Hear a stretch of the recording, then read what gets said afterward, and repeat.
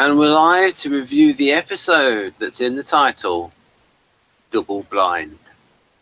And you can see there who it's by. Over to Jeff. I can't see because I've got my iPad on Safari, but it's Season 5, Episode 18, originally aired April 11th, 1997, and by Lee Blessing, Gene Blake, Tom Fontana, and James Yoshimura, and directed by Yuli Adele. And I will now read the review from David B226 Morris on TV.com. And he says, "It is rare that any television revisits any story that happened more than a few weeks ago, yet Homicide would do it more than once. What is even rarer, however, is for the event to involve a character who is not even a regular on the show. And rounding it out, to have the major character involved with the story gone is all but non-existent. Yet that is what the writers of Double Blind do as they look back at Chris Thorman, the patrolman who was blinded in a shooting 4 years ago, when in the act of arresting a known felon named Charlie Flavin. He got into a struggle and was shot in the head with his own gun. 4 years have passed and things have changed for everyone. A few months ago, there was a riot in the facility where Flavin was imprisoned. During that riot, he rescued a guard, got him to an infirmary, and then went back to negotiate the release of the other guards. For his heroism, he has earned a very early shot for parole. 4 years after shooting a cop seems very slim, even by today's standards. Understandably, Chris is upset about this, almost to the point of wanting to leave Baltimore when he first heard the news. He knows instinctually that this is irrational, but it still bothers him. The recipient of Thorman's troubles is Meldrick Lewis, who has remained part of Chris's life because of his link to his old partner, Steve Cressetti. He is not just pissed for personal reasons. As the detective who arrested Flavin in the first place, and as someone who doesn't like it when a cop shooter goes free, he is angry. However, there is little that he can do but offer support to Chris when the parole board is called into session. It is up to Chris to plead his case, and he does so very eloquently and as compassionately as he can. Lee Tergesen gives a very memorable performance as the shattered former patrolman.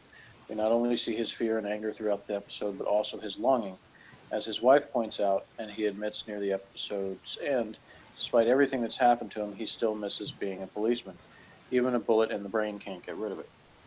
While Meldrick is back in the past, so are Bayless and Pemberton after a fashion. The two detectives decide to repartner after when they are called in on a messy murder. A chef who brutalized and beat his wife for years has been killed by his own daughter. What is more, it is apparent that at one point she shot her father when he was on his knees, presumably begging for his life.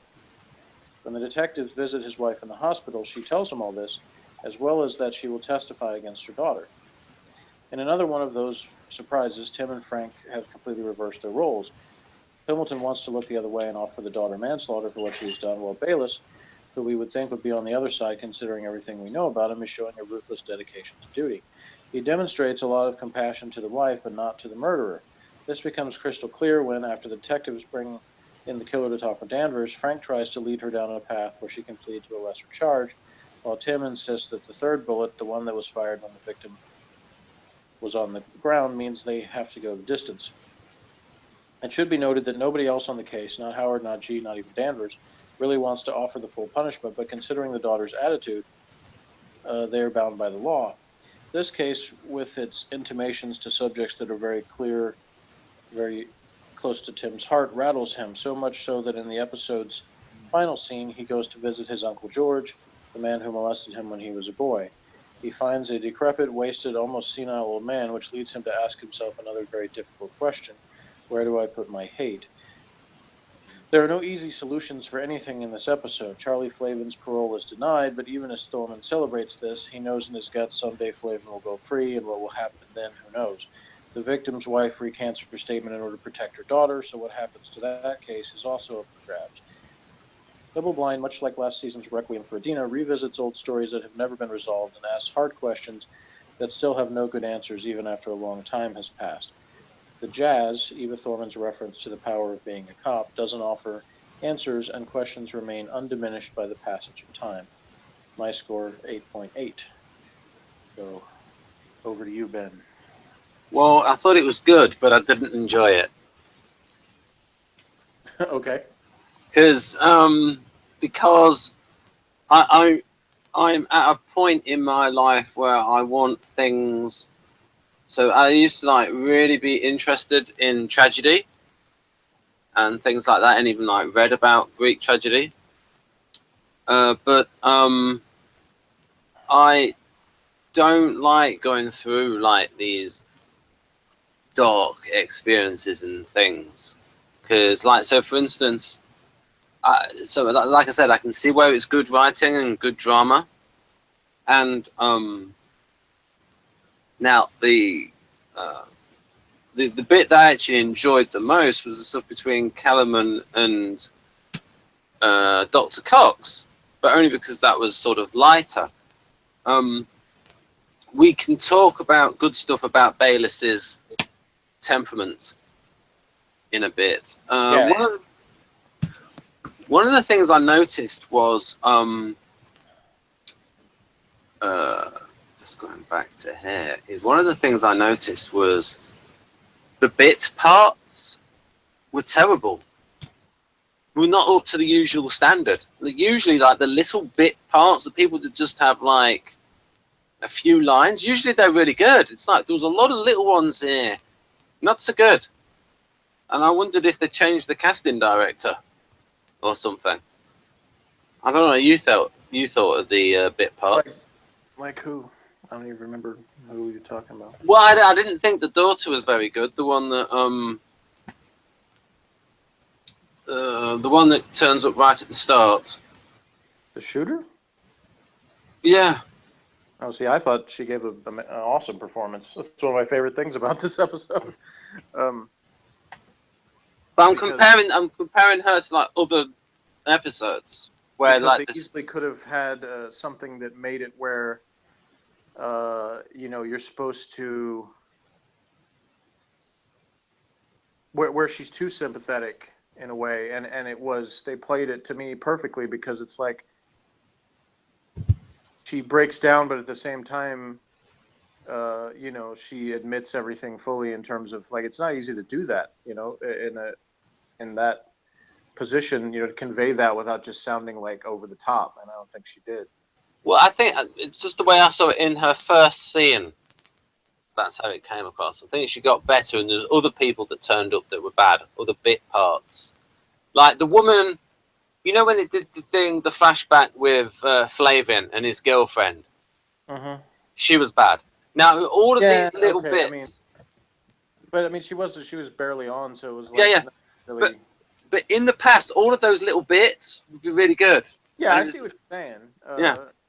And I agree that when you have even the very small things really good, that it it makes overall better. But I didn't think there was anyone that there were no acting performances that detracted from the show to me. As I guess put it that way. So anybody that was not necessarily up to the usual standard was so quick that it didn't really have any effect on it. I think what it is that for INTP 2 is a trend, and we just that 2 examples and we'll generalize. So, for instance, early on, I didn't like the performance in that first scene with the shooter, and then I saw the girlfriend of Flavor, and I'm like, then that set the stage, and I thought, oh, the bit parts ain't good in this. So it's like you generalize just from 2 examples. See, I thought from the very beginning, I liked her performance, and to me, I loved the fact that, unlike a lot of episodes where they sort of have multiple stories that they set up before the opening credits, it was like that's all they had was that first thing, and it sort of, to me, it made more of an impact when that was the only thing that was sort of featured going into that. Yeah, because it doesn't really betray everything that's going to happen. You obviously know that something is going to happen related to that, or it might not. That's the thing about Homicide, is that sometimes they do really have things that are sort of throwaway scenes that don't actually end up paying off. So it almost sets it up as well as that even going to be what the episode's about, especially when they first come back from the credits. Then the story is all about Chris Thorman and Charlie Flavin and all that, and it takes them a little time to get to the other one. So yeah, when they did that first scene, the way it was shot, I would have thought that I think the actor's good. The guy that plays Yaphet Kotto plays G. The way he reacted to the girl bumping into him, where he was thinking, "Hey, there's something wrong here."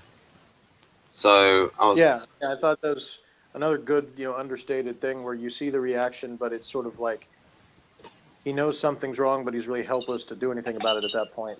So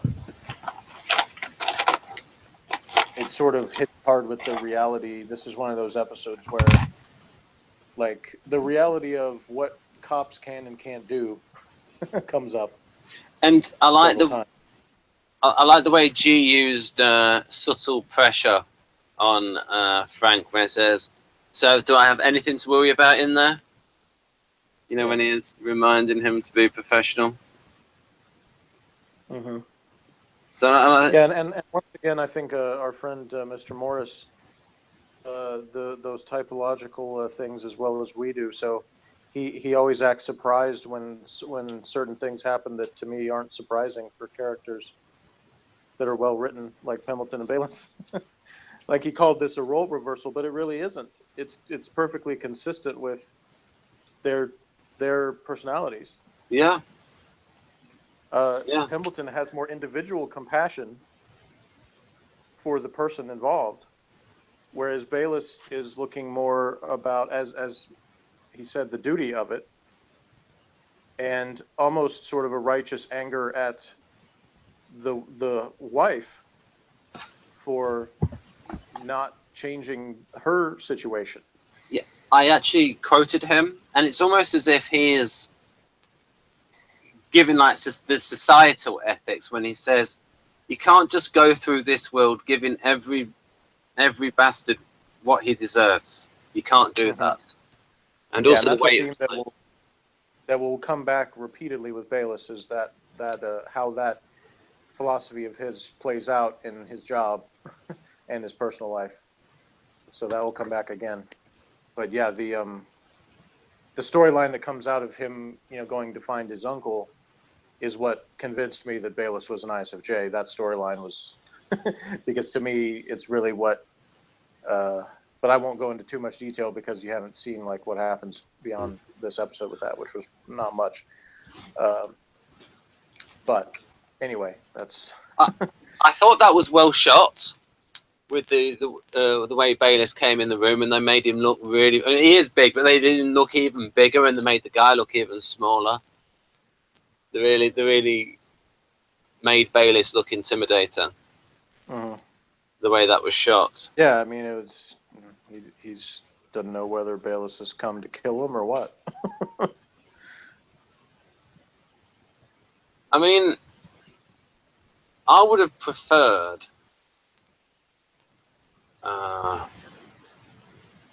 saying I don't like it too, Doc, but I do like characters.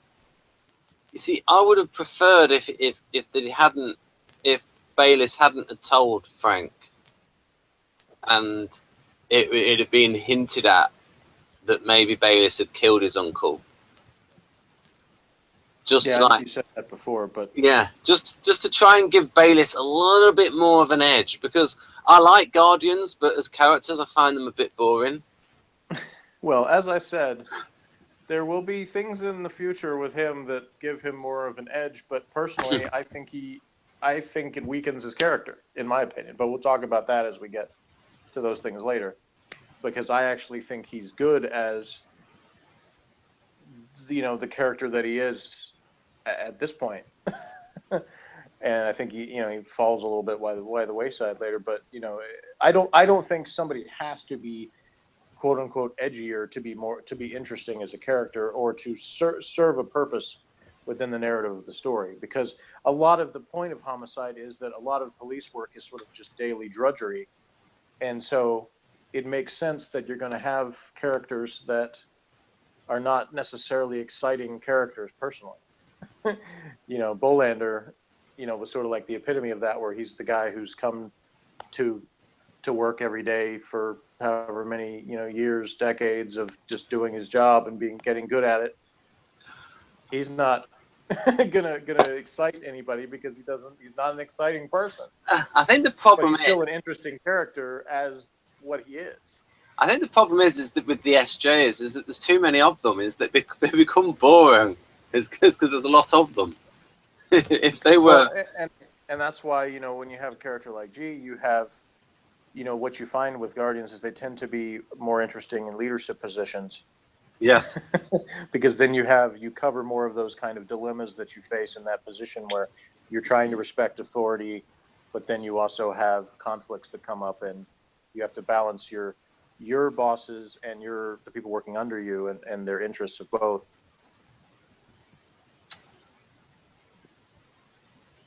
and Plus, yeah, and ESTJs can probably be more fun in a lot of ways than ISFJs can, because they tend to be more direct and forceful. So yes, and they can also be edgier.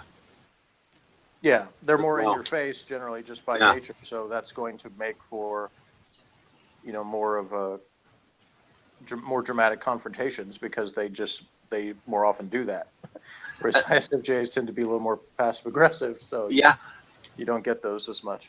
And in fact, even in Kersey, I didn't need to say even in Kersey, you've got logistical accommodator for the ISFJ, and for ESTJ, logistical initiator. And I think Dario Nardi said that the ESTJ is like, they're only really going to listen to someone. It's almost like if they're credentialed and if they respect them personally. It's like a lot higher bar for the ESTJ than the ISFJ, I suppose. Yeah. So, And they're much more of a outwardly expressive, my way or the highway kind of attitude. and also, ISFJs might kind of harbor that, but they don't tend to say it out loud as much. I think the ESTG wants to get a little bit more the lad. Like, for instance, we know with G that he wanted to be promoted. Right. So he wants to be the power. And there have been a lot of ESTJ presidents. Yep. It's just sort of natural for them to, you know, you keep on trying to rise to the top. Was Truman an ESTJ? I don't know. Right, okay. I'll just put that in because Kersey gave him a lot of points. And I think David Kersey was a little bit right of centre, but he gave Truman a lot of points. Right. I listened to this morning to an hour-long interview with Richard Nixon on Meet the Press from 1988. Ooh. And I've read sometimes in like type forums, some people have tried to say Nixon was an NT, but I think if you watch that interview, it becomes pretty clear that he's an SJ from what he says. Anytime that the conversation at all turns to anything abstract, he brings it back to the concrete. So, and he's very consistent and basically says it's not, at one point he says it's not his bag to psychoanalyze himself or other people. He's not interested in getting into any of that. One thing that's interesting now, you see David Frost, David Frost interviewed Nixon, and apparently David Frost said that Nixon had no small talk. and today I read in Personology that the SJs are very good at small talk, but maybe that was just a generational thing, where Nixon didn't know how to talk to someone, and that's also another thing I think is somewhat different between SFJs and STJs. SFJs are better at that than STJs are. Yeah. But the STJs can learn to be good at small talk just out of experience, but they don't like it as much. It seems to be something they sort of do because they have to, but then they don't really want to do it as much as SFJs who kind of thrive off it. Do you think Nixon was all day talking about the weather or their medical problems or whatever? Do you think Nixon was ISTJ? It makes sense to me. Yeah, I think that would probably be. Yeah, he has really good memory recall and can bring the details of stuff back from whatever anyone asks him about. In England, names. yeah. in England, you know who Harry Shearer is, don't you, Jeff? Harry Shearer? Yeah. Yeah. Yeah, well, apparently he played Nixon. He had a sort of mask on, and what they did is they broadcast, they played the Nixon tapes, and they had him sort of act out Nixon. And during those tapes, I thought, oh, he is like Enneagram Type 6, so basically very paranoid and stuff. That's the wrong book. Now, this is relevant, folks, because I was looking at David Kersey. I was looking at this book, Personality, and it was about Guardian speech. And there were a couple of things in here that amused me quite a bit about the Guardian speech. I'll just get to it. And it was on here. It was about something. You know, you were saying there about the medical problems. On topics that interest them, Guardians are able to store an enormous fund of facts, which they will call up again and again, freely associating conversation. They can remember people's names, birthdays, the names of their friends, parents, and children, how those children are doing at school, who their relatives' friends are, who's gotten what job, who's recently been born, or who has died, when and of what, the date, time, and location of family, social, or civic events, and so on. And then stuff here about, and this bit made me laugh, when he's talking about the Guardian novelists. I'll just read this short paragraph. Although it is not difficult to distinguish artisan, rational, and idealist fiction writers from each other, it is very difficult to identify Guardian fiction writers. Their manner of writing is, like their character, hard to define, because they have semblances of the distinguishing characteristics of fiction wrought by artisans, rationals, and idealists. It may be said that as fiction writers, they achieve Aristotle's golden mean. Trouble is, their novels are boring for most readers. Only professors of literature willing to grind their way through their stuff. I suspect that British novelists such as Anthony Trollope and Thomas Hardy were Guardians, but I haven't enough time to examine their stories for evidence. Yeah, sometimes it's more obvious than others. Like I think pointed out in one of the Kersey books, I think the four Gospels in the Bible, because the Gospel of Matthew is the one that starts with like 3 pages of the genealogy of Jesus and Mary. So it's like, yeah, if you read something where there's lists of facts like that, then that tends to be more likely it's a Guardian that's writing it. And my mother she's read all of the Game of Thrones novels, A Song of Ice and Fire, and she loves all of the description. And lots of people hate that, but she loves all of the because she can recall it very easily. So and she can imagine smells very easily. Right. But anyway, getting back to Homicide, yes, go on. I didn't think it was at all out of character for Frank to be sympathetic and be trying to sort of help the girl that killed her father. I agree. And he also understood the limits of what he could do, and when he was basically told to knock it off, he did. But he still was going to try, because he thought maybe if he struck a chord with the girl, got her to sort of follow his lead, then maybe she would help herself out. But like they said, she wasn't doing it, so there was nothing he could do. Yeah, I mean, if I was the script editor looking at that, I would say, well, you've done a good job there. Can't really improve this dialogue where you're debating this. There's nothing really to improve in this script. Yeah, and the most powerful line to me in the whole episode, at least of that storyline, was, when at the end when Pemberton tells Bayless, the sin is not your own.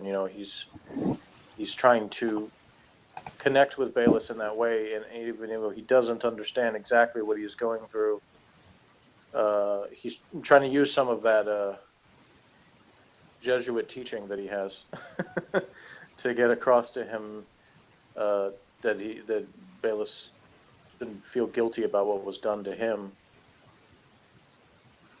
Oh yes, I like the fact that the sergeant was wearing a tie. All right. Raider. There we've got Admiral Kane there.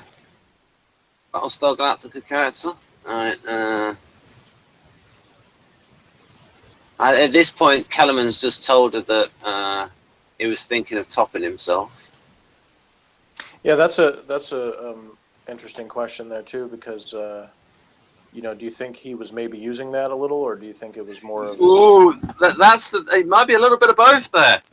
And the ESTP may not even know that they were using it because it's like just an impulse. That's kind of what I felt about it, because I'm like, he's being honest. He's not in any way being deceptive, but it sort of was like he's using it as a way to kind of get her sympathy in that situation and get her to stay. So, well, I mean, both things can be true. Right. Yeah, that's what I'm saying. He's genuine, but it's still a tactic. Oh yeah, I mean, you've probably had situations where you've had more than one motivation for something. Mm-hmm. Yeah, that's why they have phrases like "two birds with one stone." You know. Yep. Yeah, but what I mean is like in situations where both a situation where for a selfish reason and then for a reason that benefits the other person as well. Like in that case with Kellerman. She wasn't that great. If you were talking about the acting, like, you know, smaller parts, like if you said that she wasn't that good, I would probably agree with you. That girl that was the coworker. Yeah, she was one that was the. But I thought the daughter herself was really good. But yeah, she got better, I suppose. This guy was good. This guy was okay. Yeah, I thought he was all right. I mean, he was convincing in that situation, you know, to me. And then I don't know, like, how many times they get the recording out. I mean, because I was under the impression that all of the stuff that happened in the box is always recorded. Yeah, apparently not. At least not at that point. They may now in Baltimore. I don't know, but at that point they weren't doing that. Because I would, and, like confessions, I guess. So Jeff, a little bit of politics here, just a little bit. Which member of the Trump administration does this guy look like? I don't know. I don't know the Trump administration. I think it looks like Magdog Mattis, the defense secretary. All right. Right. Yeah.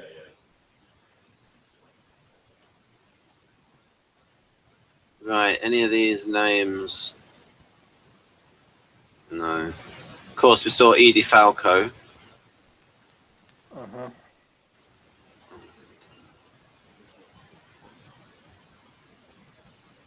And of course. Yeah, I thought it was a good performance by her and Lee Tergesen again. You know, as the Thormans. You know, and Yeah, they were good. You know, I thought that storyline was really good. Yeah, but it's like I like the stories and Monica Kenna. That's the daughter. Right, but you see, for Probably me, it's now best known for being in one of the horror movies. I can't remember if it was Freddy versus Jason or right. Friday the 13th Part 75 or whatever. You know, whatever the one of those. It's not, I'm watching it and I'm sort of going, this is good, but it's depressing. It's getting me down. Yeah, and of course we've talked about that before. Is that Homicide rarely depresses me. I find it emotionally powerful, but it doesn't actually depress me.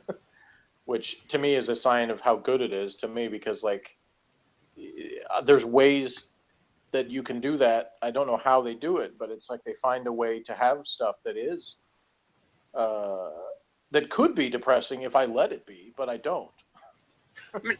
Something about, I'm not sure what the difference is, because there were periods of NYPD Blue, there were episodes of that really got me in a way where I like actually had to stop watching the show for a little while. But Homicide never did that to me, and to me it's like that's kind of what sets it apart. Because Everwood was another show that I kind of had to take a break from, because it kind of got me got to me too much. But Homicide, I don't know. I guess maybe it's that because it's about people that it's their job to deal with these things, as opposed to them happening in people's personal lives, just as a, maybe that impacts it. Maybe it's sort of like it allows me to almost put myself in that position and view it as this is work. So even if no matter how dark the subject matter gets, it's still like the attitude is sort of like, well, you can punch the clock and you're done for the day, because everybody who has had a job that is tedious for whatever reason, whether it's physically demanding or mentally or both,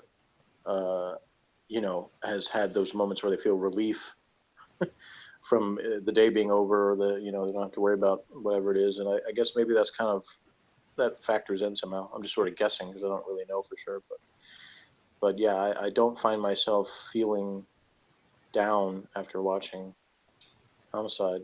If there was a series where it was the main character was in like a depressing situation, and episode after episode went on like that, would that be too much for you? Well, yeah, conceivably it would. I mean, I like I said, I already came up with an example of another show or a couple of shows where that happened to me.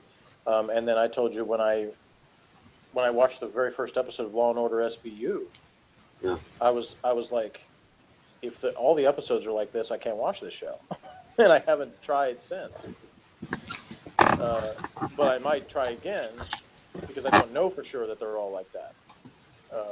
But the first one was so, like, I felt bad after watching it, and if that's the feeling that I would have after every episode of that, I couldn't handle it. So yeah, there's plenty of examples of that, and there are times on the soap operas I've watched where they'll dwell too much on a particular thing someone's going through without any kind of sort of light in a tunnel or break from it, that I'll get tired of something like that if it's. But it's not just things that are depressing themselves, because sometimes those are so well done that I'm just so drawn into it, and it's amazing. Like on One Life to Live, when they had the death of Megan Gordon. Oh, spoiler! Yeah, spoiler from 25 years ago now, I think. Oh, you've ruined it for me, Jeff. Yeah, you were definitely planning to watch that. No, I actually do recommend it. No, though in your current state of mind, you say you're not, not into things that are pressing. So I would say maybe wait for the next time that you're more into that. But it's really well done, from the acting to the writing, from the way they did everything. But one of the things that they featured, as I said, what they don't have some sort of break or some sort of lightheartedness to it, and they did with that story, because one of the things they had is, as this woman was dying, they had family members tell her stories, and that gave them a chance to do flashbacks to previous episodes and things like that. And some of them were, more comedic stories or things that were, so there was a lot of stuff that they intermingled into that wasn't just constant depression, and they also had the action side going as well, because one of the things was, they had the priest who had gone overseas to try to get her husband back to see her before she died. So that was going on too, because he was actually being held captive in the Middle East. So you had this double story going on with that also, where they're trying, it's like a race against the clock. Is he going to get back in time before she's dead? So there was a lot of other factors to that besides just, it wasn't just we're going to show her lying in the bed for the whole time and everybody's just sitting around crying the whole time. It wasn't like that. How did they depict the stuff in the Middle East? Did they actually show it, like have really crappy sets set in the Middle East with? Well, see, but that's the great thing about. Or does it just talked about? Because the Middle Eastern, when you got like third world country thing, you can have cheap studio sets and it looks realistic. So they'd have like whatever dive bar that they were in when they were hiding from the army guys after they got out. Put a Star Wars alien in the corner. When he was being held captive, it was in this like prison that looked like a cave or whatever. So I didn't at any point, I wasn't taken out of, the action by thinking that the sets were too cheap or anything. Yeah. Yeah, because. But But generally, I anyway, think this is we touched on a little bit, about So have there been any episodes of Homicide that we've gone over so far that have been? There was one that you said that you didn't like that was dark, and that was the one where the husband was beating the wife. yeah, but the reason I didn't like that one was not because it was too dark. It was because it was too predictable. Right. They set up from the beginning, and you had the one-off characters that weren't, nobody had talked about them previously. It was this double thing of, well, they're in the guy's there to try to give cred to Russert for being like her ex-partner, but they should have introduced him in a previous episode if they were going to do that, to set the character up and not have it just be a thing where from the start it's like it feels like a very special episode, quote unquote, of some sitcom or something. The one, where they had, because they'd always do that, they'd have the character that no one has any attachment to be the one that's the wife beater, because if you had somebody who was a main character, then everybody would all be pissed off that you did that to the main character.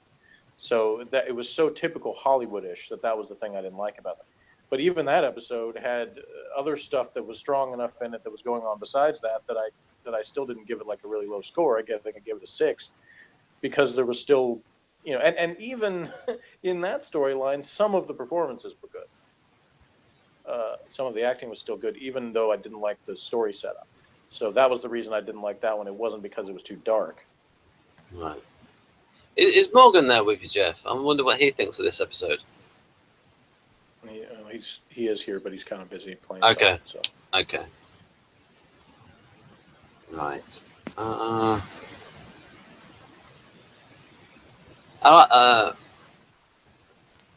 like the bit early on where Munch doesn't want to pick. Sorry, Bayliss doesn't want to pick Munch.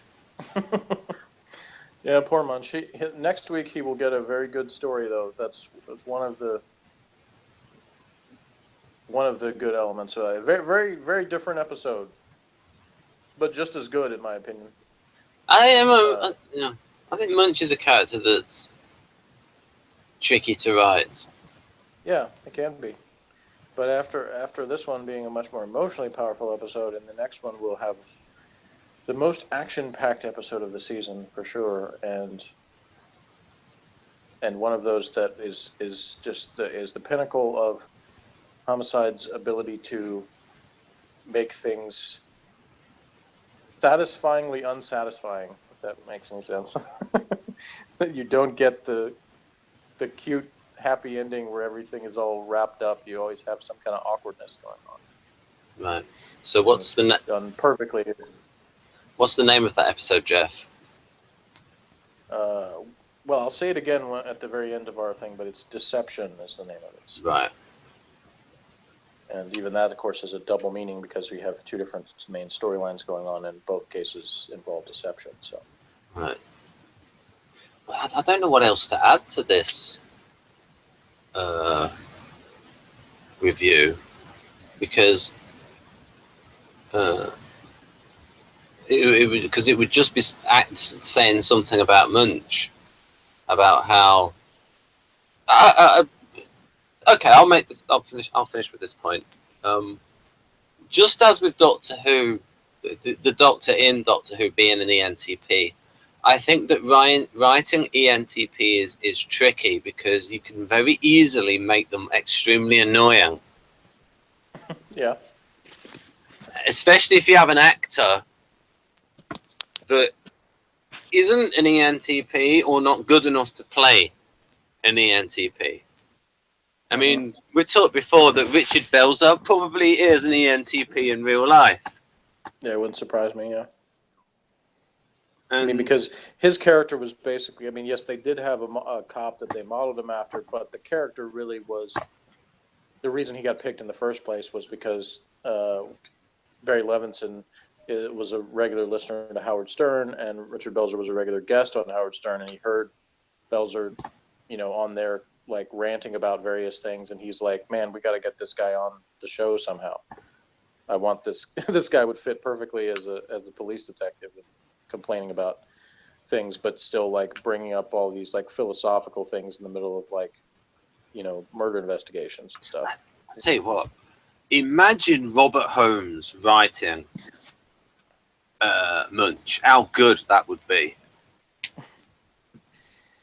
That would just be gold. You're the imagining one. I don't imagine anything. Yeah, I think that would be absolutely fantastic. Well, I was reading a review, actually. This is tangentially related because the episode of NYPD Blue that I just watched a few days ago was written by David Simon. And so I was reading a review that was talking about the different sort of feeling the episode had, because with his writing, and as well, he also touched on the differences of how he wrote an NYPD Blue episode versus how it would have been on Homicide. So, the constraints of, and also the freedoms. Like in certain areas, he had more freedom, certain artistic license to do things on NYPD Blue that he couldn't do on Homicide, and vice versa. Like there were certain elements that they had to, you're sort of constrained by because of the formula of the show. So. Yeah, go on. I mean, I'm interested. Well, I mean, I can find you the link if you wanted to read the review, but of course, if you haven't seen the episode, it won't mean as much. But, right. But on a real basic level, the focus is slightly different on NYPD Blue. Even though it was an ensemble cast, it always pretty much focused on one main partnership, and the others were sort of secondary. And the personal lives of the characters were featured more than they were on Homicide.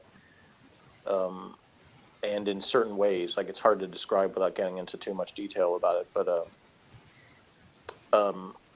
so you had David Simon's touch was mainly, I think, to make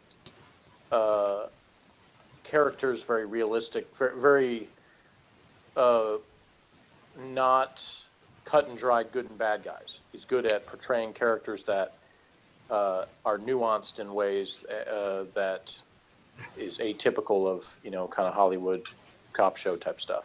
Yeah. So in that episode that he was reviewing, you had a character who was an informant that was also a stick-up guy that was well acted, well written, and you feel sympathy for him, but also kind of realization where this is a guy who robs people for a living, so you can't like be like, well, you call this guy a good guy, quote unquote, because he's not. But and meanwhile, they had another guy in the same episode that was like a FBI dude.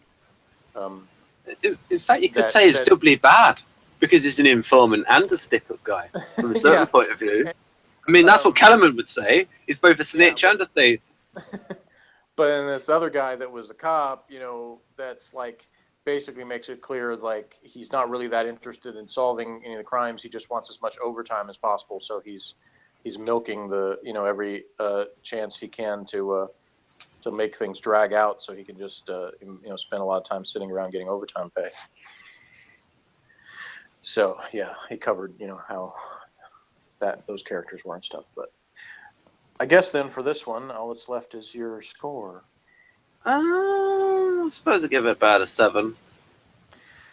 And I will give it a 10. So it's not our biggest contrast in scores, because that came back with the Heart of Saturday Night, because that was the one you gave your lowest score ever to. You gave it only a 5. What happened in that one?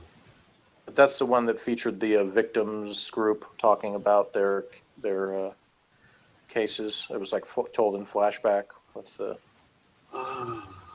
yeah. So yeah, we had a very different take on that one as well. But yeah, but this one I think is emotionally powerful and strong performances, good characterization, and just across the board from start to finish, it holds my attention. And so much so that when I rewatched it on Friday night, my son came home in the middle of it, and I was going to finish watching it, but I wanted to get some food, and I was like, well, it's better if I pause it right here and get the food and then finish it, because if I'm at all distracted by something like being hungry, it's going to mess up my my enjoyment of the episode. So anyway, I give it a 10. So that's an average of, what's that? 8, 9, 8.5. I guess 8.5 would be the average of those two. If I did my math right. So join us next time for as I said, probably the most action-packed episode of the season, and also one that features a cool Munch story and a guest appearance by Richard Belzer's fellow stand-up comedian Louis Black. Ah, it is actually quite funny. It might be a little bit left-wing, but funny. So next week, chills, thrills, broken windows, gunshots, Luther Mahoney, and I Louis can't Black. fit all that in the title. It's just called Deception. Oh, right. Okay, good. Deception. Okay, bye-bye, folks. Bye.